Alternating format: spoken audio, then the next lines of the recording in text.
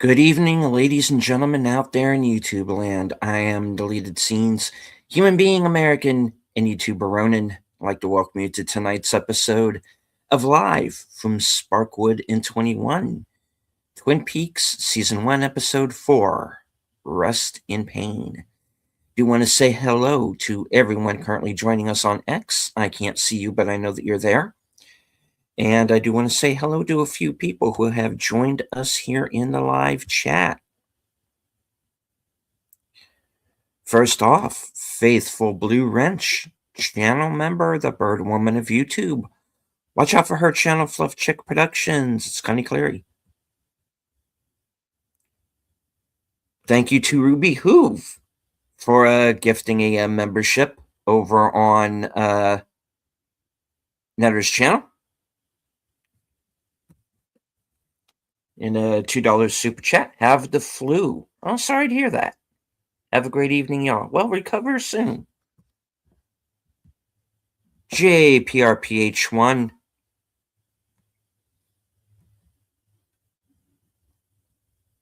Channel member. Kapla to our resident Klingon, Mark Malnikoff. Friend of the channel, Daniel Berry Sports Highlights. Daniel has new content daily. Please check out his channel. Friend of the channel, Andrea Black. Channel member, Nate Knows. Geek Flag, Nate Knows. Good to see you, sir.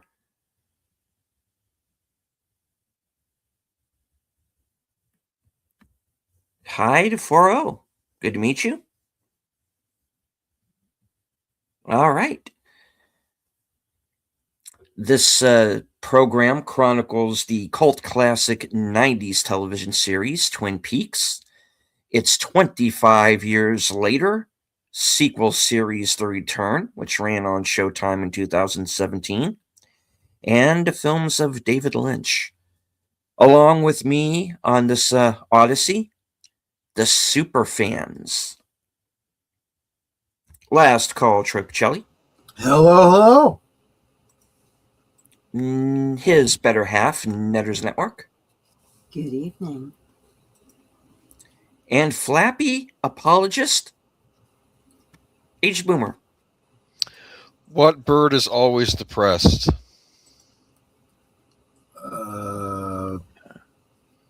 I give up.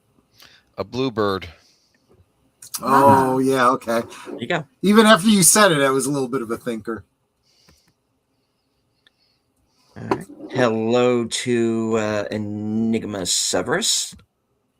Good to see you, sir. Just joined me on the Mystery Movie Night podcast. If you missed that broadcast, please check that out later. Not right now. All right. So, okay.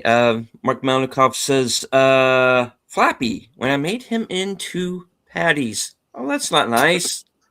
Yeah. He's a good bird. Who's a good bird? You think about it. Flappy has won me over. He's all right. He's misunderstood. He is. He's a bird of many appetites, and do we judge him for that? I don't. I'm just saying.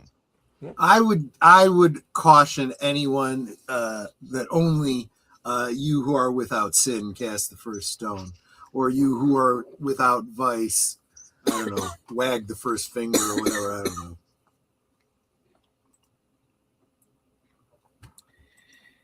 All right. So tonight's episode is Rest in Pain, and it's I think an important episode for season 1 because I do believe that there are what is the word that I'm looking for? There's a number of points that happen here. Yeah, a number of points that happen, and there are some things that happen in this episode that I think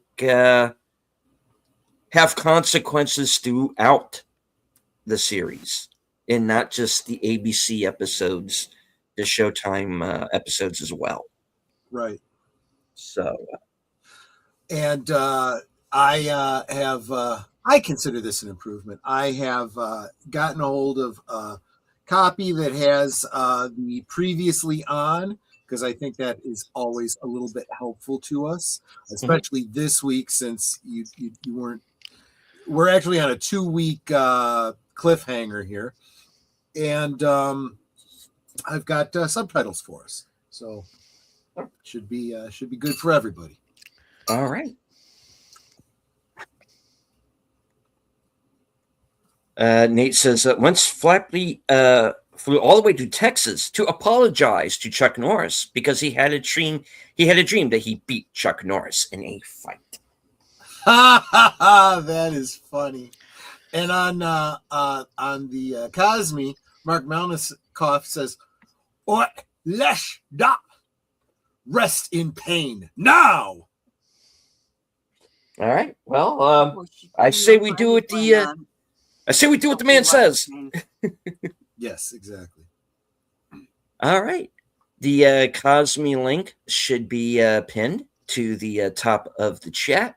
So please join us over there. All right. Episode, technically episode 3 after the pilot, but we're calling it episode 4 just for clarity. Rest in pain. Beginning in 5, 4, 3, 2, 1, and play.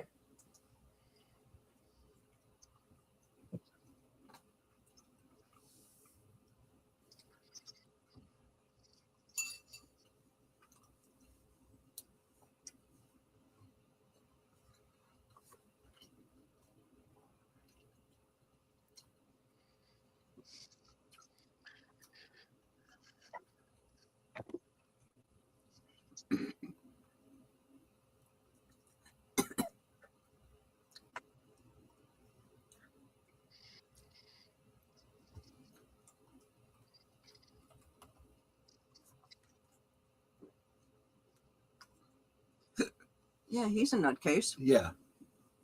And Nate, I love the picture of me in the blue trench coat.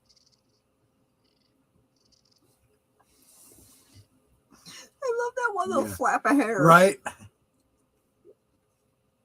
I wonder if that was, like exit on there. Like, we'll just. I was just wondering that. Yeah. Because that means he uses way too much product in his hair. That didn't look like Flappy. That was an imposter. Oh, okay. It's a fan of Flappy. Sure. I believe that is one of the birds that he was seen carousing with by the name of Robin, if I'm not mistaken.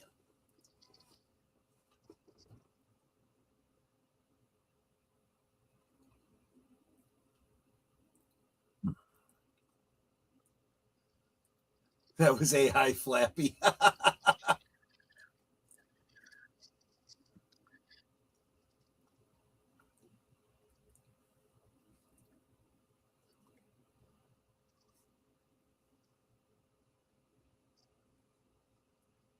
Flappy was a big fan of the turkey pot pie at Norma's.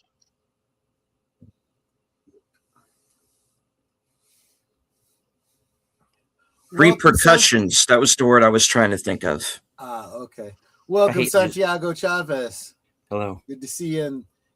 Good to see you in there. Nice.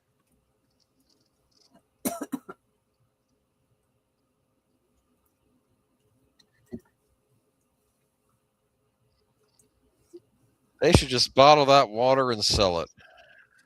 Well, they should. I suppose, yeah. All natural spring. No, people asked that you didn't consider turkeys real birds. I'm just saying.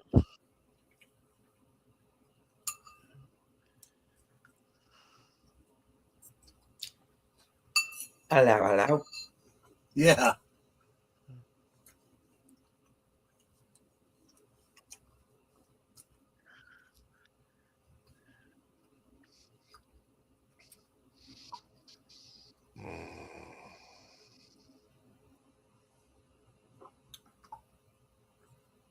There's a fish on the wall. Yeah, exactly. Colonel.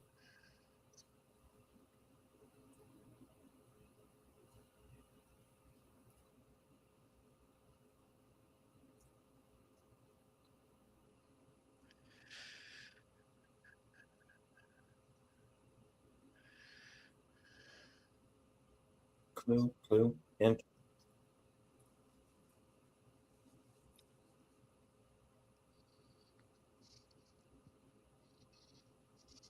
Elizabeth Taylor. Yeah, I know, right?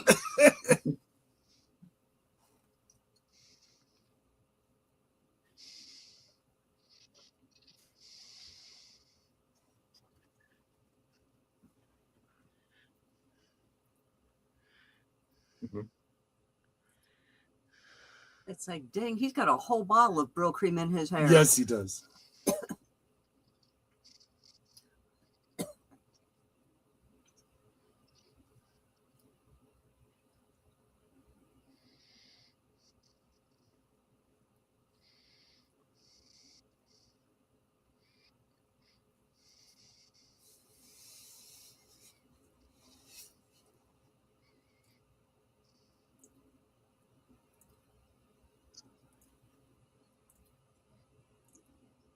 Obviously.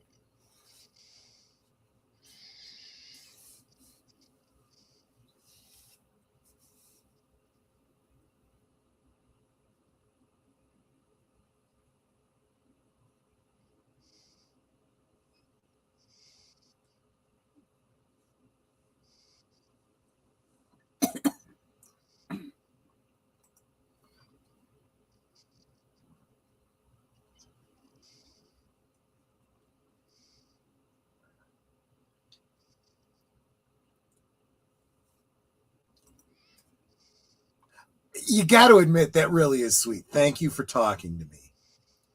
In other words, and that was genuine too. It's like, thank you for a little bit of attention. Okay, now that was interesting. He said, Trudy, 2 more coffees. She hadn't come by to give him coffee, so there shouldn't have been anything in front of him to begin with.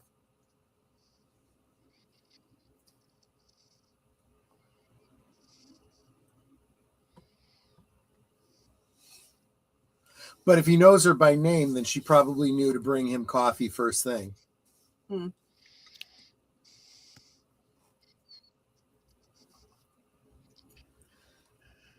Welcome, Big Al. Yes, it is delightful because you have arrived.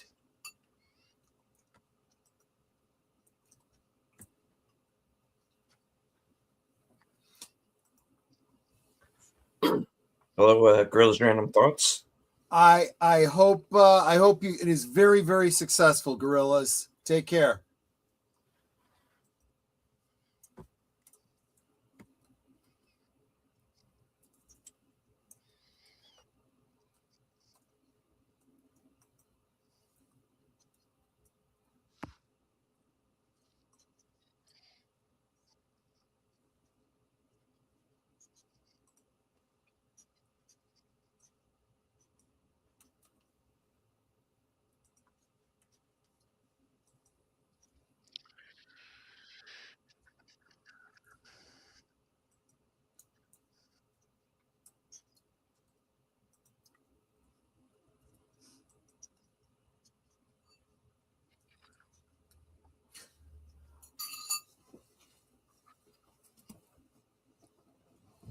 Now, I want to point out a couple things here.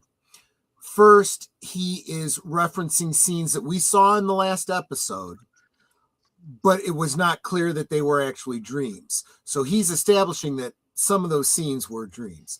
Secondly, he's referencing scenes from the European close-ended film that do not appear or have not appeared thus far. And he has added a few references, like the thing about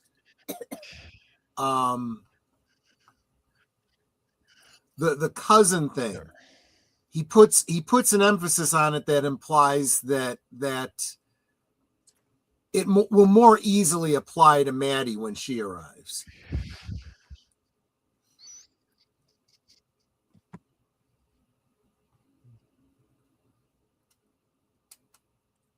Oh, ho, ho. You can Yeah. be arrested for assaulting an FBI agent. Right.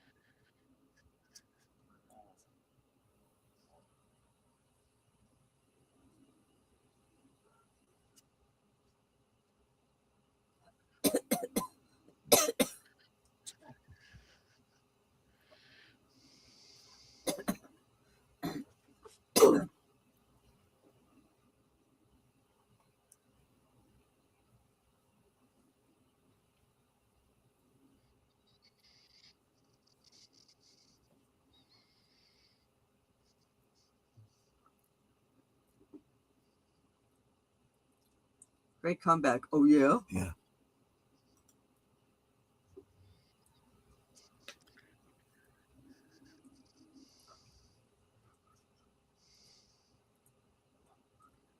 I mean, he broadcasted that well enough.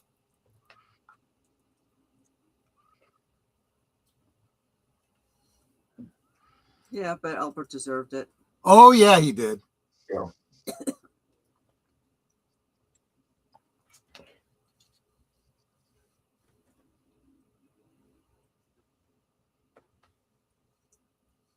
I'm sure he meant to do that.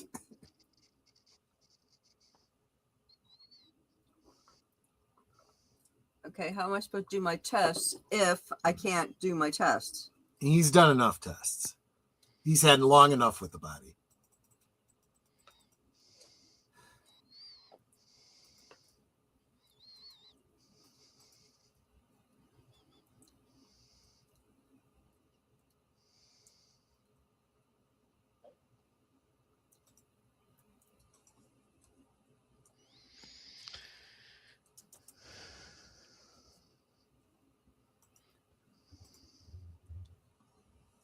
Invitation to Love. Didn't you say that somebody took all these little experts of Imitation of Love and put them all together? Yeah. It almost becomes like a whole episode of a soap opera.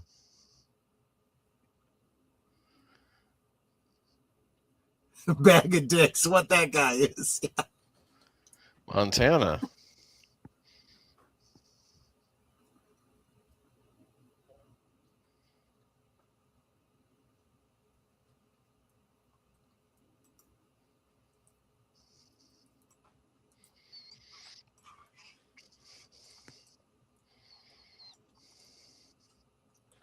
So obviously the events on the TV are supposed to mirror what you're seeing in Twin Peaks.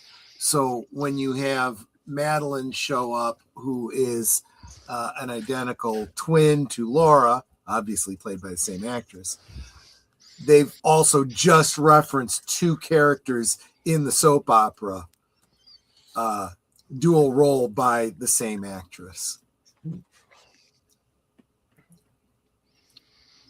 Which, of course, is a common trope in soap operas.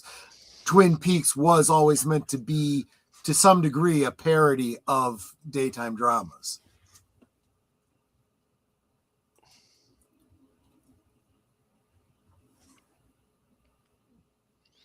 Actually, Enigma, the whole reason that the character of Madeline was written in was really David's desire to just keep Cheryl Lee in the show.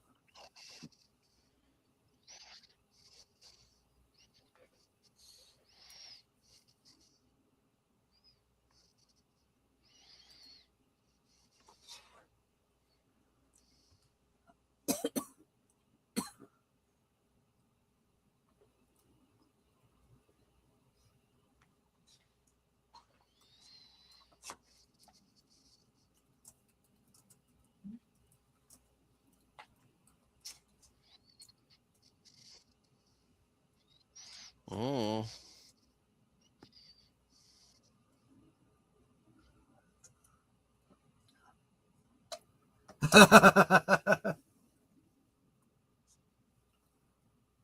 Yeah.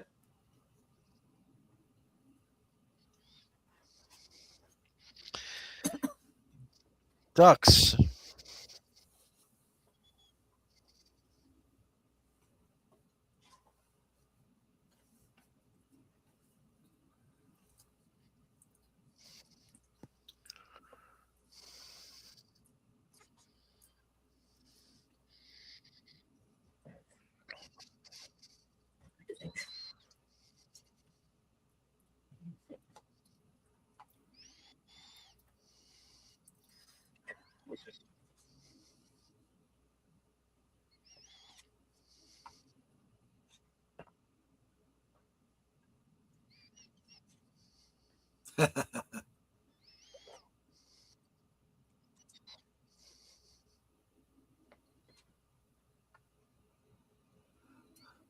Audrey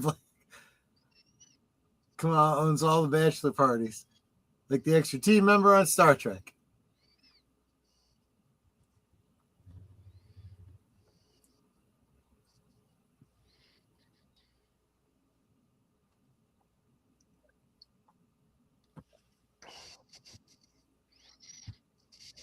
Oh, jeez.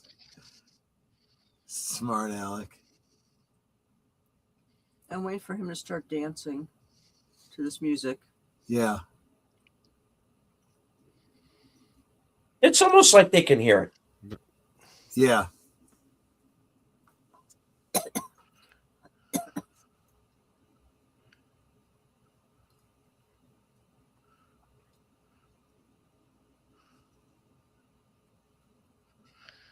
That is true. He's supposed to be athlete. And Yeah. What? Yeah, he's on the Football. football team. We never see him play, but it's No. always No, but he was supposed to have been at practice the morning that yeah. Laura was found.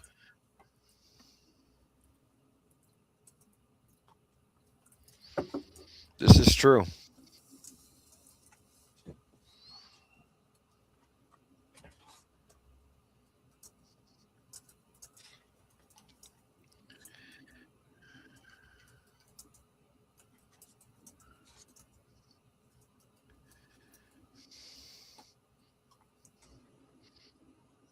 That's funny, Mark.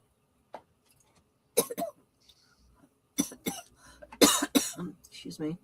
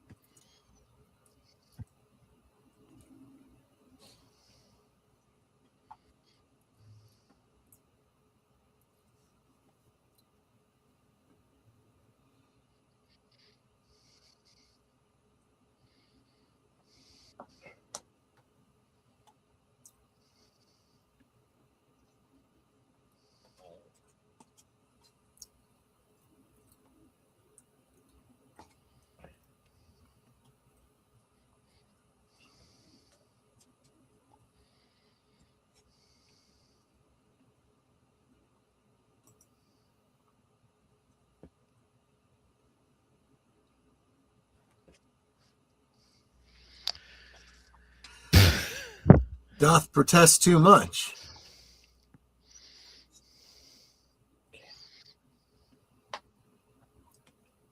Oh, was that their house? I thought that was one of the funeral home rooms. it's say something about the house. You think it looked like a funeral home room. Just Well, this was late February, early March, right? Those were probably like palms from Palm Sunday.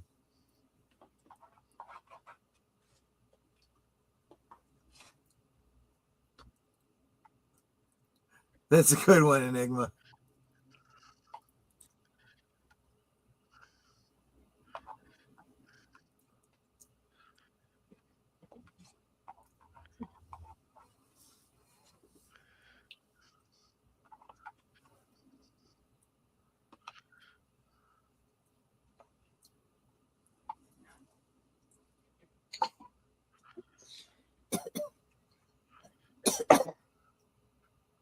that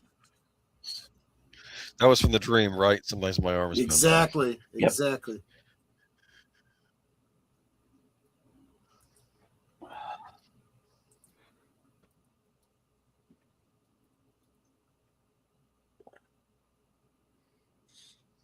Yeah. It's worse. It's worse.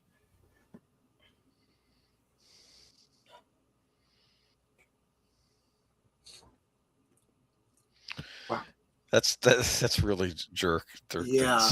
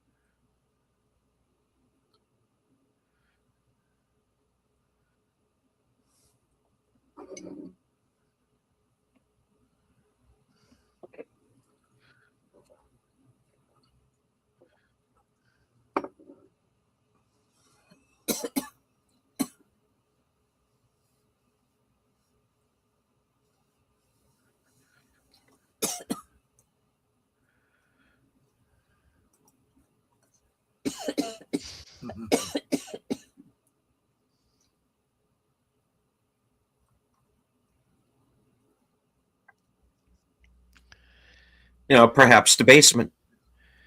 Yeah.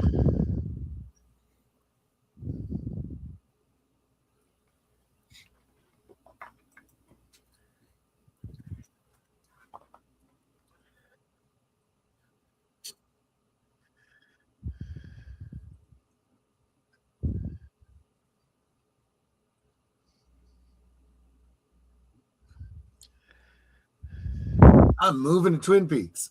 Yeah. And of course, and I've mentioned this before. I was always of the theory that he was eventually going to end up there, no matter what. I never noticed that one of the little bust statues there has It has eye patch. yeah. Oh, gee.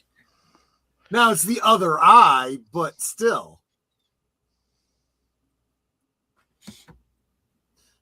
Whatever you say.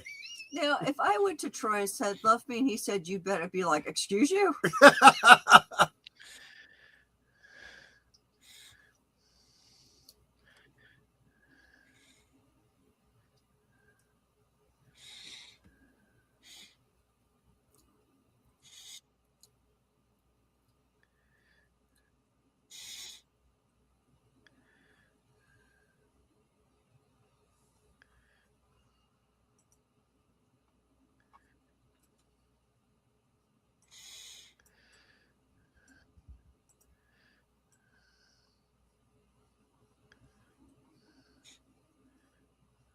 We Fremen have to stick together, darling. Exactly.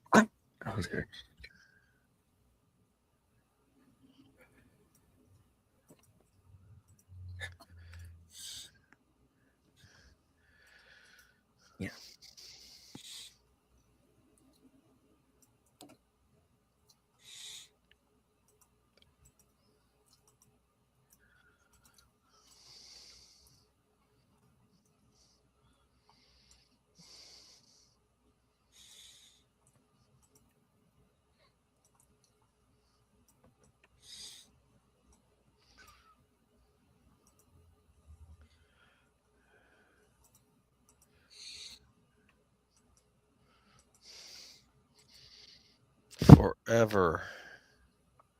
And ever and ever. Exactly.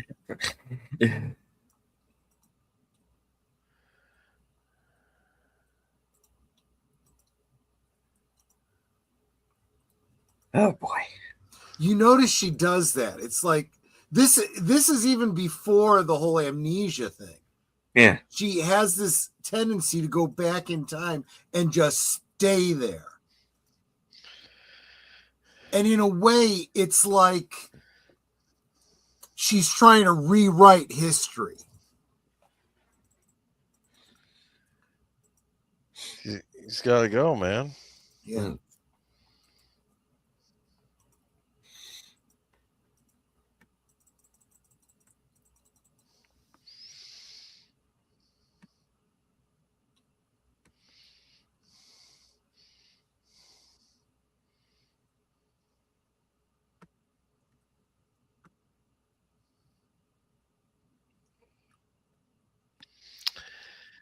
Now, this secret door here, Uh-huh. that wasn't her doing. That's always been here. Is that right? Right. And it's not so much a secret door as this is obviously a secret, but the existence of this passageway is really just access for the electricity and pipes and stuff. Yeah.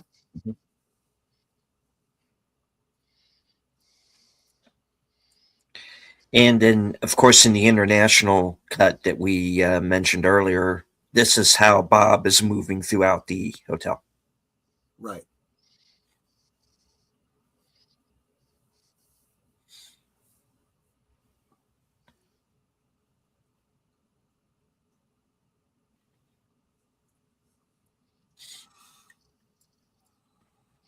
It's a windy day.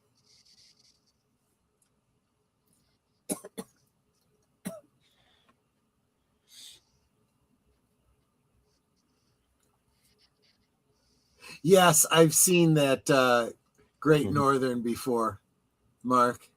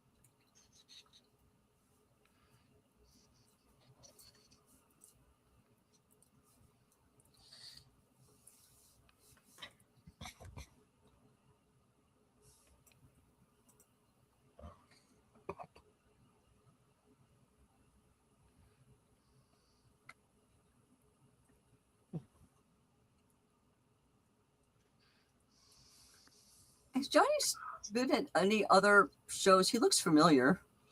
I don't know.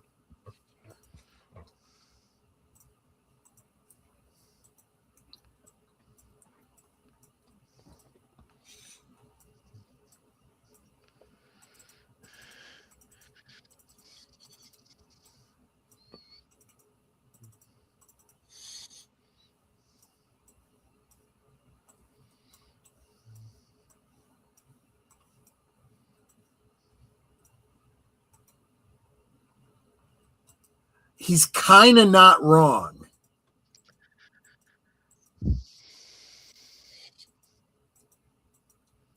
Oh,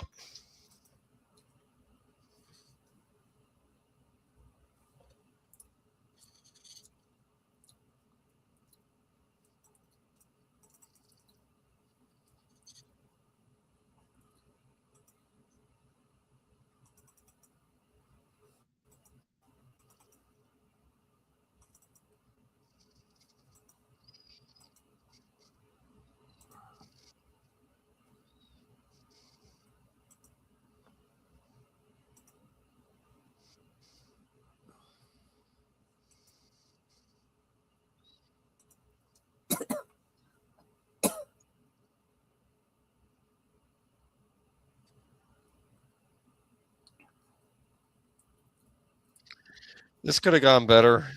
Yeah.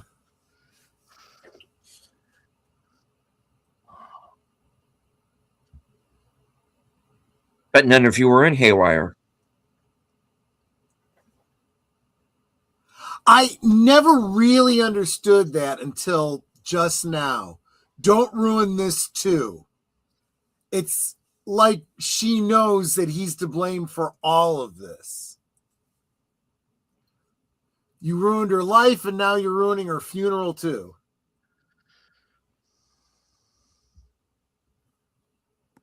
Sparkwood in 21.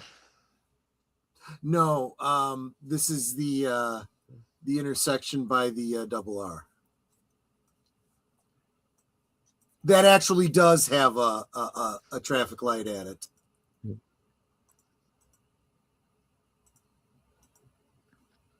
And Shelley being a bit of an asshole. She kind of is, yeah.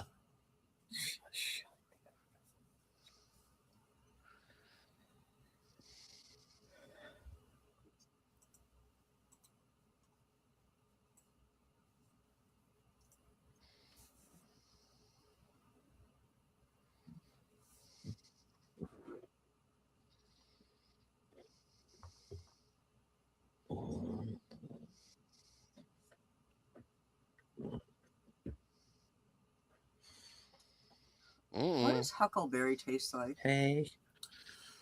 It's similar to blackberry, but it's a bit sweeter, a bit lighter. Oh. Dang it.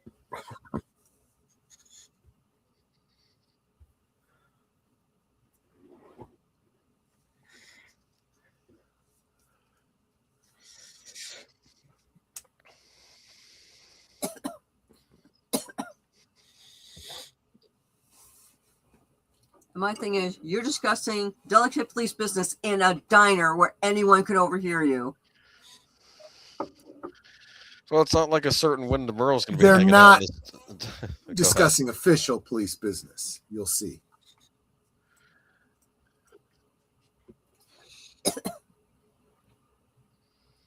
All right, Big Ed. Yup. It's a nice pie.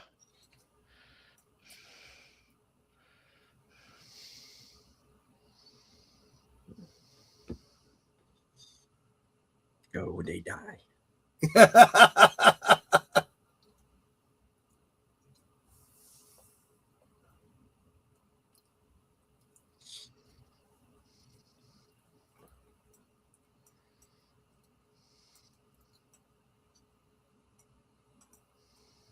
That's exactly the way we like it.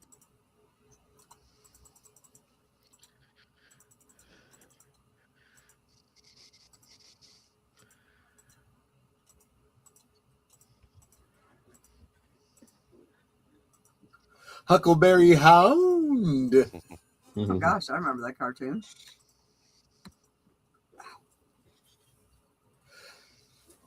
Nate, it depends on when you have them. If you have them early in the season, they're going to be tart. They're going to be much sweeter later in the season.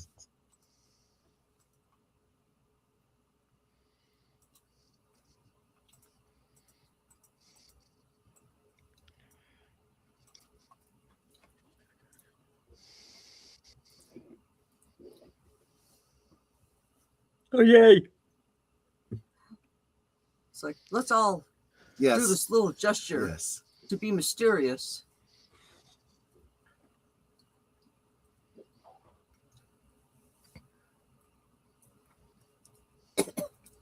That really is a great little place.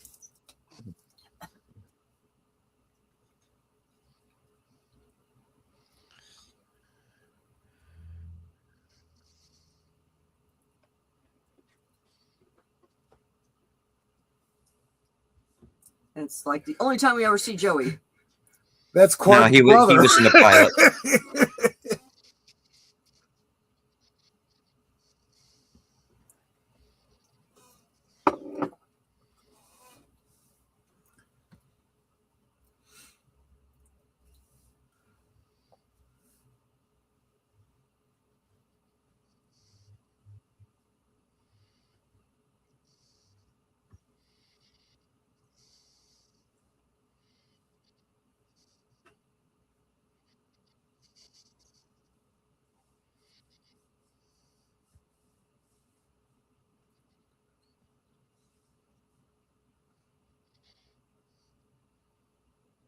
He's supposed to be French Canadian. He doesn't have a French Canadian. Well, here's accent. the other thing. French Canadians are from where? Quebec, right? That's East Coast. They're on the West Coast.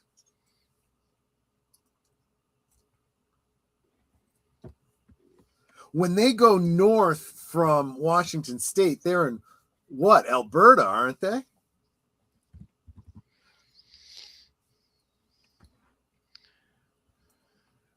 I mean, there's nothing that says a French family can't live in Alberta. So, either Right. going to be a hockey player or a Mountie when you grow up. Sorry.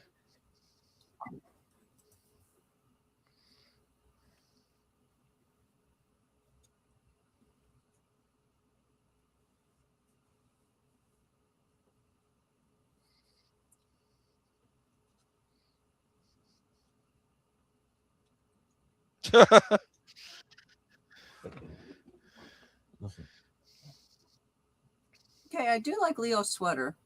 Yeah. You don't need to know. You like that? Yeah. He's a real sweetheart.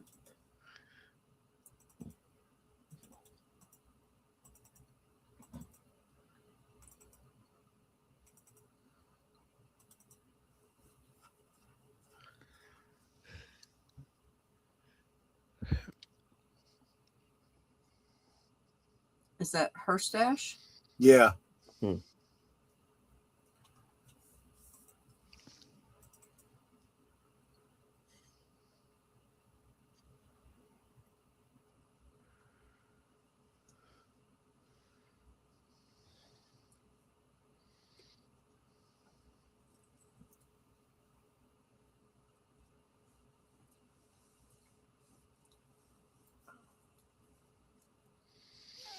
Which distracts you from the fact that everything she says is a total lie.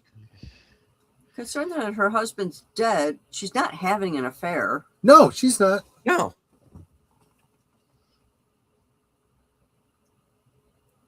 Which leads you to wonder, why did they have to sneak around? Because it doesn't look good. He is the sheriff, and with a pending investigation, she is at least a suspect. Though then again, everybody is. Yeah, at this point, true. Yeah.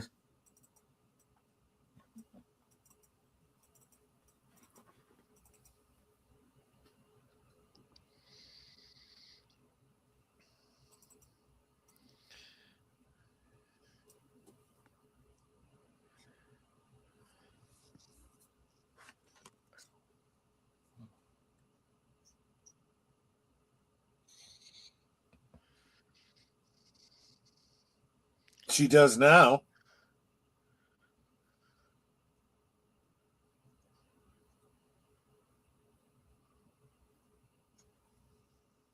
One of them's missing.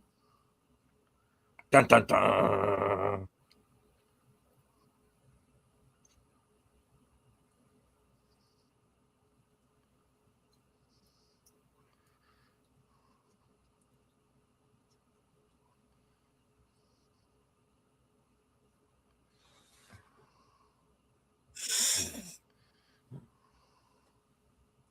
Yeah, it's probably not a good idea to keep your secret ledger in the same place as the real one.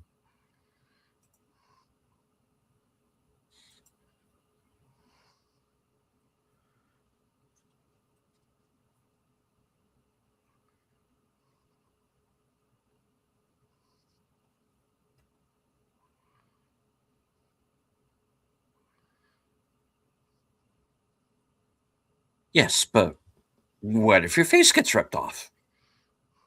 I mean, you could see he was on the verge of saying, okay, Catherine, what scam are you pulling? Mhm.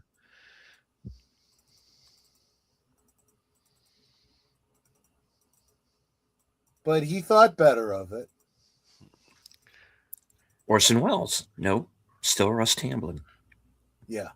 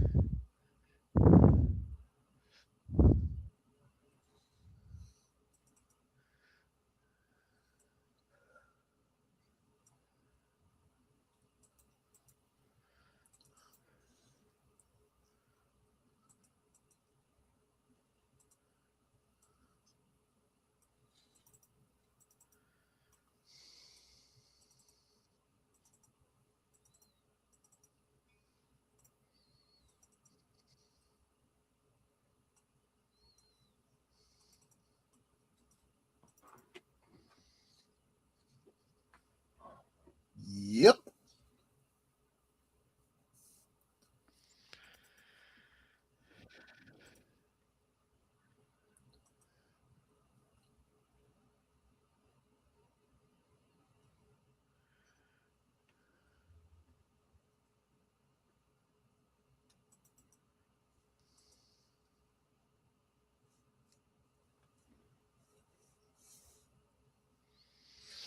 So her suspicion is correct.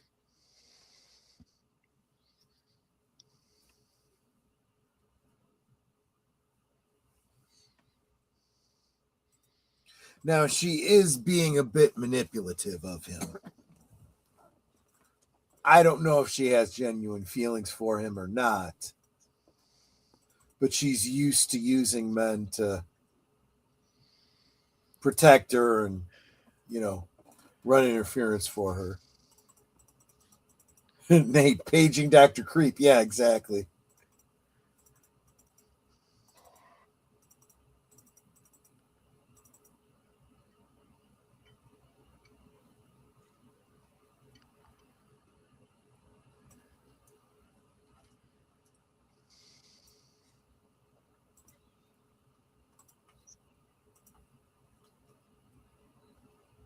Several.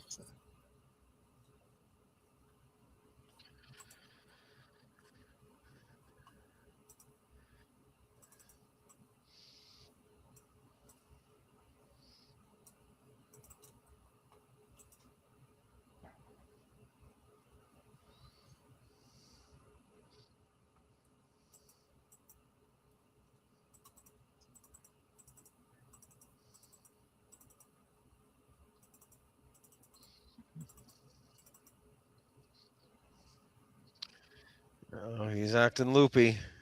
Yep.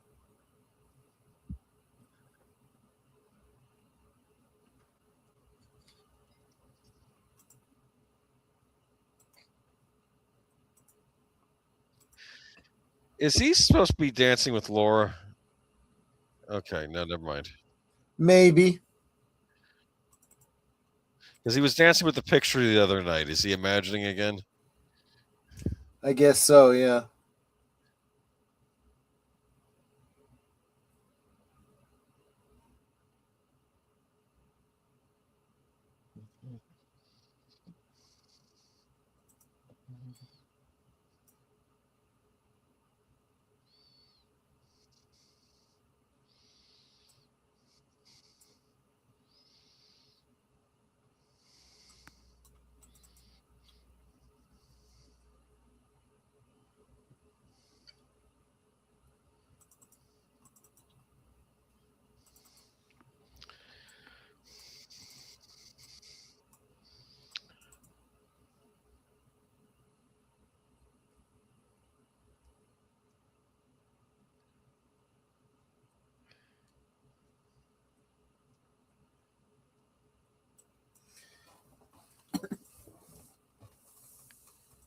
Yeah, these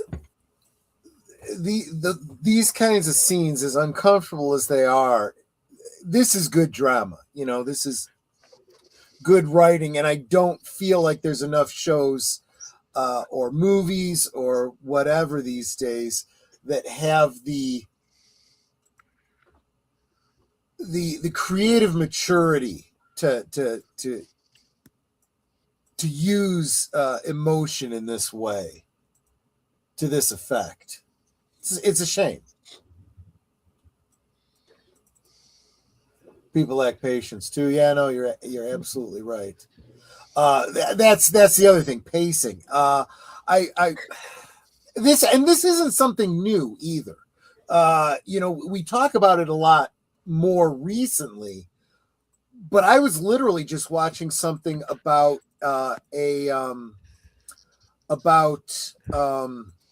footage that was not used for any cut of Highlander Endgame. The original theatrical release was good. The producer's cut is much, much better, but it still took shortcuts because there are a lot of scenes that were left out that were important, that would have been good, but you could almost imagine some producer somewhere saying, oh, this is too slow and dramatic. We need to get to the next sword fight scene or whatever. And it's like, no, you know, this is more than just a sword fight action fantasy film. This is characters. This is drama. This is a love story. All of these things are important. And that's why pacing is important. And I always caution critics especially, but also audiences that say, I didn't like the pacing. It was too slow. Always before you say that, double check yourself first and say, is it really the pacing or is it me being impatient? My opinion, but just sharing it. Nate says so-called writers literally never read a book and have no concept of storytelling. They're just activists on a soapbox. I'd say that's far more true now than it ever has been. But there's always been an element to that, I'm sure. It used to be, however, that audiences were more discerning. So the cream floated to the top. And actually, I think, Deleted, you could probably speak to this better than I could, but I suspect that the Academy, for example, the award outlets used to choose better based on those kinds of things. And they've become corrupted by this sort of thing too. Oh, yeah, agreed. Absolutely. Yeah. And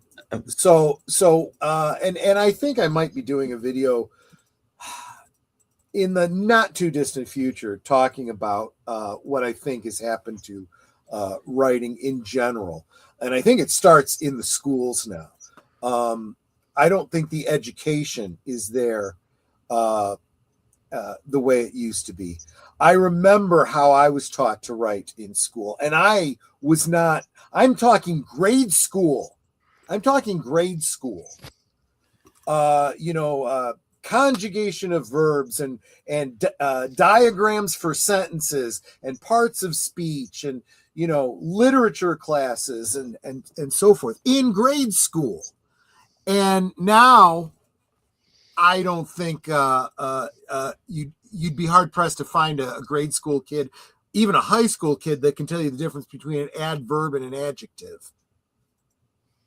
Creative writing was a big deal back in the day. Yeah, yeah. I very much enjoyed my creative writing class, and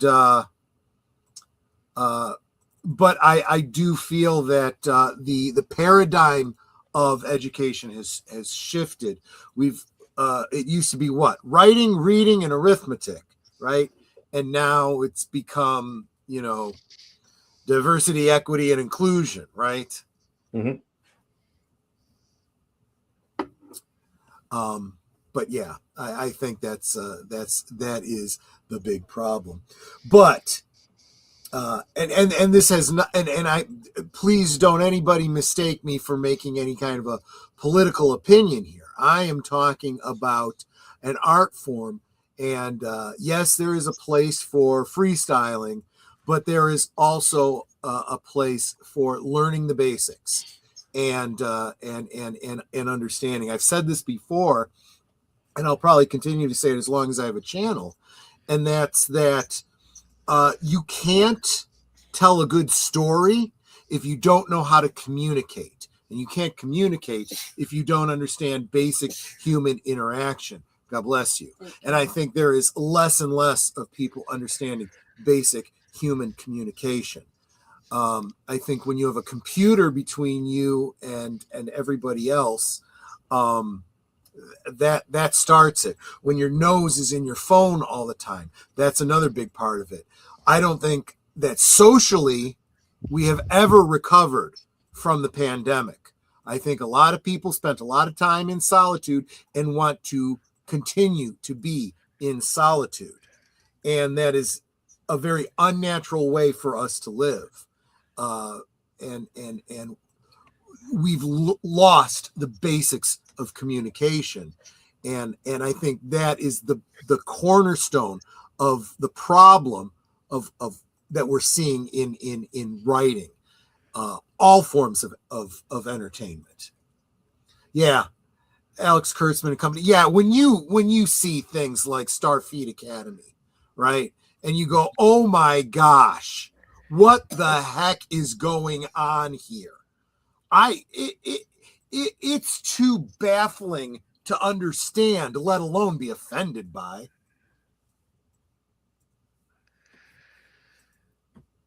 And then Mark drops, conjunction, junction, what's your function? Hooking up words and phrases and clauses. What we have here is a failure to communicate. We didn't get to see Cooper eat the ham. Well, yeah, I mean, I should probably do that. I should do like a fan edit of Twin Peaks, all 3 seasons of Twin Peaks. Cooper, all the scenes of Cooper eating. That could be like a whole episode in and of itself. He liked that huckleberry pie, though. I don't blame him. I do. Well, you didn't get to finish the huckleberry pie. Well, we didn't see him finish the huckleberry pie. No, he took a bite, said this is where pie's going to die. Right. And then started talking to them, and then they left. He never finished the pie. They didn't show him getting up to leave, though. See, when there's a break in scenes, you can always assume that there was plenty of things that happened in between. It's the old bathroom paradox, right? Do people on TV never go to the bathroom? You just assume they go to the bathroom at some point off camera between scenes. They do a lot of sleeping and eating and going to the bathroom and doing just boring stuff that have nothing to do with the story in between scenes.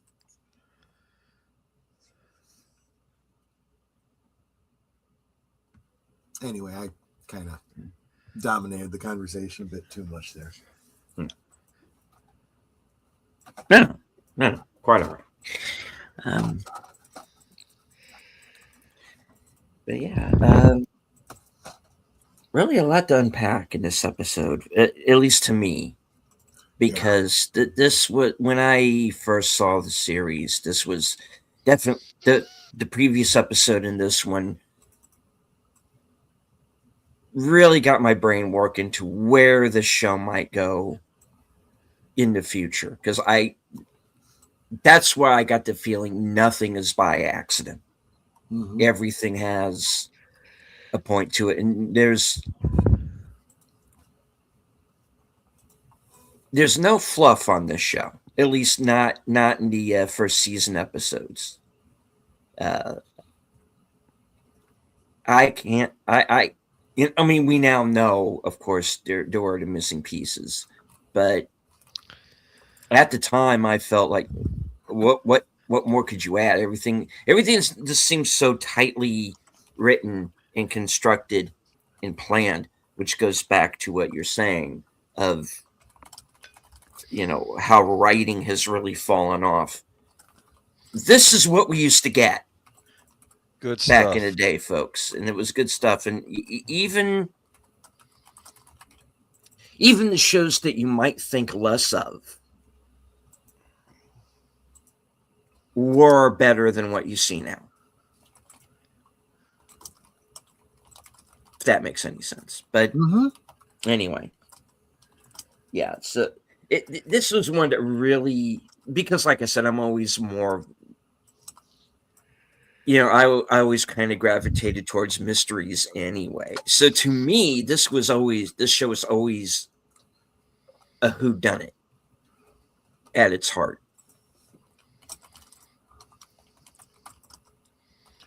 And then, you had, and then you bring in this whole element of the character, like I said before, the characters that I refer to as the Jedi. The Bookhouse Boys are certainly Jedi. So is the Log Lady. These people who are sort of attuned to the woods. Well, let me temper that a bit. Mm-hmm. You'll notice that among the Bookhouse Boys, you have Truman, and you have Big Ed. I wouldn't consider them Jedis in the sensitivity way that you're saying, but it was very clear that both of them were in something of a leadership role. It's like, look, FDR did not know military tactics, but he was a good leader who relied on good military leaders to win us the war, right? It's the same sort of thing.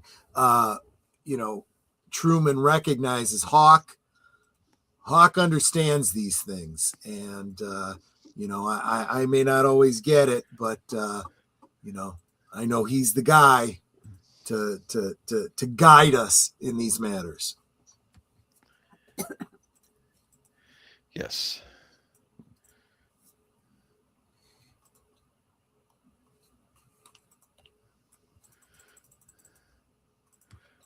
Anyway. All right. Well, in about 15 minutes, there is another returning series this week, and of course, that is the Adventures of Sherlock Holmes. That's right. And of course, don't leave Cosme, because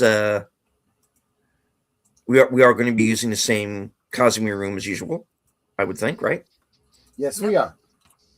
All right. And don't be surprised when you see the chat clear and the title change. Mm-hmm. All right. And if I remember correctly, this week's episode is The Man with the Twisted Lip. That's exactly right. All right. How'd it get twisted? Snarl? Well, something like that. Well, you're going to have to tune in to find out. Oh. All right.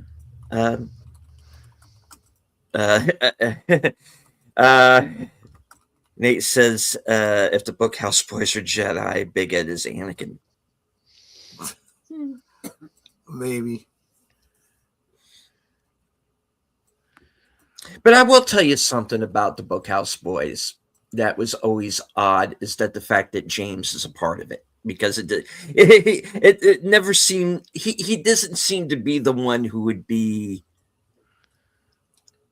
ready for it. Well, Big Ed That probably kind of brought him response. in. Big Ed probably Oh, brought I'm him sure in. he did, Yeah. but Big you Ed know, is mentoring him. Exactly. You Hmm. got to think of them as, if there's a Justice League, there's got to be a Teen Titans, right? And that's kind of how I thought. yeah. Just like Joey, what's his name? Joey Polson or whatever. Mhm. Is that his name? Yeah. Same peer group. I figured they're the upcoming generation that are going to be taken over as Bookhouse Boys. So,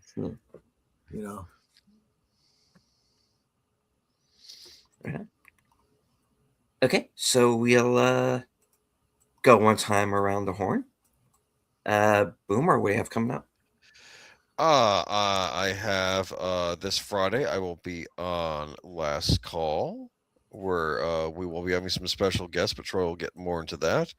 And then Sunday, tune in for Geeky Geezers, where more celebrity mishaps we'll be discussing on Sunday. So it'll be interesting. Pretty interesting one where the story kind of changed halfway through, huh? Yes.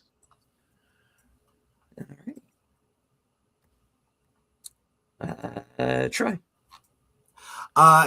So as he said, Friday is Last Call, where we're going to be giving our MegaCon. I don't want to call it a post-mortem, but I guess that's appropriate. Debriefing, yeah, there you go. And we are going to have two special guests. We're going to have Andy Masterson and Gary Ambrosia. And basically everyone on panel is going to be people that we kind of hung out together, and we were all there physically together, having a good time, and we're just going to share our experience, share what we saw, share what we did, and just kind of live it up, and maybe talk about the future, what we'd like to see happening. But that's going to be some fun. Let's see.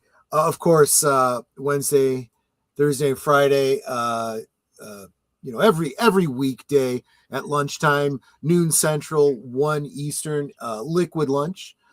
Tomorrow is Wednesday, so it's WTF Wednesday, and there's plenty of WTFs going on in pop culture right now to talk about. And then let's see. I guest on the weekends. I don't have my own shows on Sunday. No, that's not true, because Doctor Who is coming back late night Sunday night. That's 11:30 Central, 12:30 Eastern. So join us for that, for the next installment of the Keys of Marinus. And that's the rest of the week and into the weekend. Cool. Netter. Let's see, right after this, I will be guest hosting on my own channel, but it'll be the Sherlock Holmes rewatch with Troy. Thursday, I don't have a guest, but I think we'll probably be talking a little bit about MegaCon and what we did there, and some of the really great food we had. Let's see, and then Friday, I'll be guest hosting on Friday Night Last Call. Saturday, I forget. It's Big Al. We'll be on Big Al's channel for a movie rewatch, but I don't know which one. This week, Godzilla -1. Yep. Okay, so we're doing math problems apparently. Yes. Well, simple math problems. Okay. And then of course on Sunday, on Geeky Geezers, I am the one and the only Gazette. She is. Then going into the next week, I won't be doing anything again until Tuesday, where I'll be right back here for Sparkwood in 21. Mm-hmm. All right. And as for myself, I will be joining Outlaw Bill for Action Theater. And we are going to put Film Noir Month aside for a week. And we are going to honor the man, the myth, the legend, Chuck Norris with a viewing of Lone Wolf McQuade. That's such a good movie. It is. And can also join me later on that night, right after Thursday Things, for coming attractions, where you get to find out what I'm going to be up to in the next week, up to and including my appearance along with Troy and Nutter and Big Al Presents for Films with Friends. Godzilla -1 is the movie, as Troy said. Sunday at I believe 4:30 will be Western Cinema Presents. And this week's movie is going to be 8 Seconds. And starring the late Luke Perry. It's a biopic of the bull rider Lane Frost. So stay tuned for that. It's an interesting story. And later on that night, of course, Unscripted at 8. Topic to be determined. 11 p.m. Reserved seats, guest to be determined. There will be one. And of course, Monday is going to be, it seems it's going to be, well, there's going to be mystery movies for the next 2 weeks. So that means for the next 2 weeks on Tuesdays will be the Mystery Movie Night podcast. And then you can all join us right back here, same bad time, same bad channel, for the next episode of Live from Sparkwood in 21. Nate says that could be an interesting spinoff of Twin Peaks, the Bookhouse Boys. Yeah. Yeah, I can see that. He also says, so you're going to be showing us your Florida vacation slides.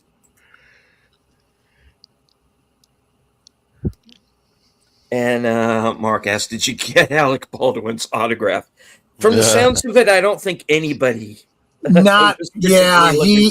did not have any kind of a line, that's for sure. Check out the most recent WDW Pro video about that.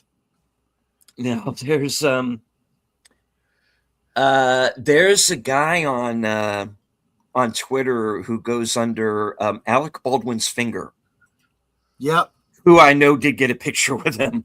But aside from that, I didn't even know he was at the damn thing. So, but then again, I wasn't there, so I would not have been looking for him. So, yeah. All right. So, any last words before we wrap it up and get everybody? And I do want to remind everybody, if you're watching on my channel, you will be automatically redirected over to Troy's channel for the rewatch. Same here. All right. So, any last words before we wrap it up for this evening? Excelsior!